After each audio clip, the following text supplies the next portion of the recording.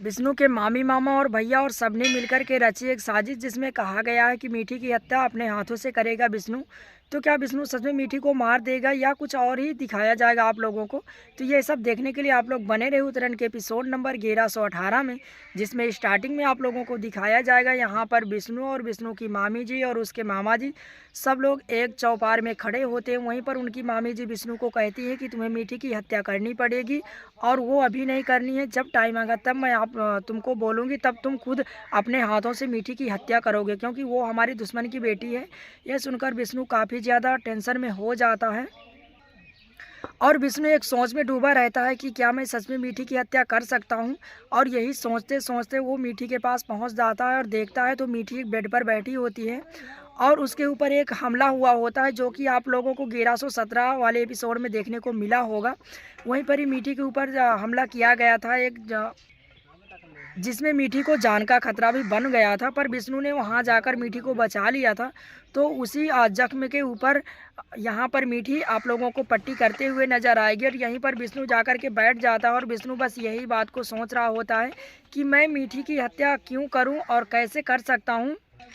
और जैसे ही मीठी विष्णु को देखती है तो अपने पास बुलाकर बैठा लेती है और कहने लगती है कि विष्णु, मैं भले ही तुम्हारे मामी और मामा का एहसान मानती हूँ और इसीलिए मैं उनका हर कहना मान लेती हूँ, पर यहाँ का रहन सहन मुझे कुछ अच्छा नहीं लग रहा है। यहाँ के लोग जो है वो दूसरे की मौत पर जश्न मनाते हैं और नाचते हैं, जो कि मुझे बिल्कुल भी अच्छा नहीं लगता। और साथ में ये भी कहने लगती है कि विष्णु, मैं तुम्हें खो नहीं सकती, मैं तुमसे बहुत बहुत ही प्यार करती हूँ और सिर्फ तुम्हारे लिए ही मैं यहाँ का सब कुछ सारा काम कर लेती हूँ, नहीं तो तुम जानते हो कि मैं अपने घर पर कुछ भी नहीं करती थी। पर विष्णु यहाँ पर मीठी की फीलिंग को समझ रहा होता है, पर उसके दिमाग में एक ही बात चल रही होती है कि मैं मीठी की हत्या करूँगा और मुझे करना पड़ेगा।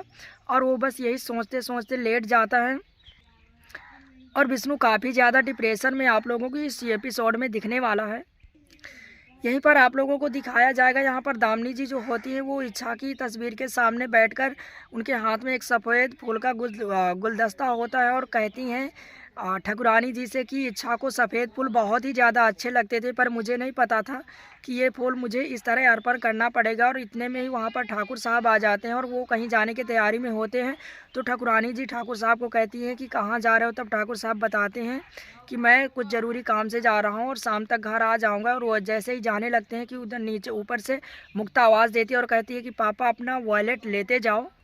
तो ठाकुर साहब आते हैं और मुक्ता से वॉलेट को ले लेते हैं और वो इच्छा की तरफ देखने लगते हैं। इतने में ही मुक्ता पूछने लगती है कि बड़े पापा आप कहाँ जा रहे हो? तब वो बताते हैं कि हम लोग मीठी की तलाश में जा रहे हैं। तब मुक्ता कहती है कि हाँ, मुझे भरोसा है आप ज़रूर से ज़रूर मीठी का पता लगाकर उसे घर लेकर के आओगे। और ये कहते हुए अपने बड़े पापा के सीने से लग जाती है। यहीं पर आप लोगों को देखने को मिलेगा यहाँ पर विष्णु जो होता है तो अपनी भाभी के पास जाता है और भाभी से कहता है कि तुमने मुझे मीठी के बारे में बताया था कि मीठी उस वाले घर में है, जबकि तुम्हें पता है कि तुमने बड़े भैया और मामी के खिलाफ कदम उठाया है, क्या तुम्हें डर नहीं लगा है? तब वहाँ पर उनकी भाभी बताती हैं कि मुझे तुम्हारे ऊपर पूरा भरोसा है कि तुम मीठी को कुछ होने नहीं दोगे और इसी वजह से मेरे अंदर तुम्हें बताने की हिम्मत आ गई और मैंने तुम्हें बता दिया तो तुमने मीठी की जान बचा लिया, क्योंकि मुझे पता है कि तुम अपनी पत्नी मीठी से बहुत ही ज़्यादा प्यार करते हो।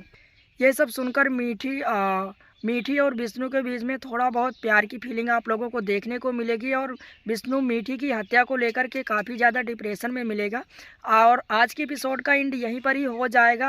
आगे की कहानी हम आप लोगों को बताएंगे अगले एपिसोड में। तो अगर चैनल पर नए हो तो सब्सक्राइब करके बेल आइकन को प्रेस कर लीजिएगा। वीडियो अच्छा लगा तो एक लाइक ज़रूर कीजिएगा। चलिए मिलते हैं आप लोगों को नेक्स्ट वीडियो में, तब तक के लिए जय हिंद जय भारत।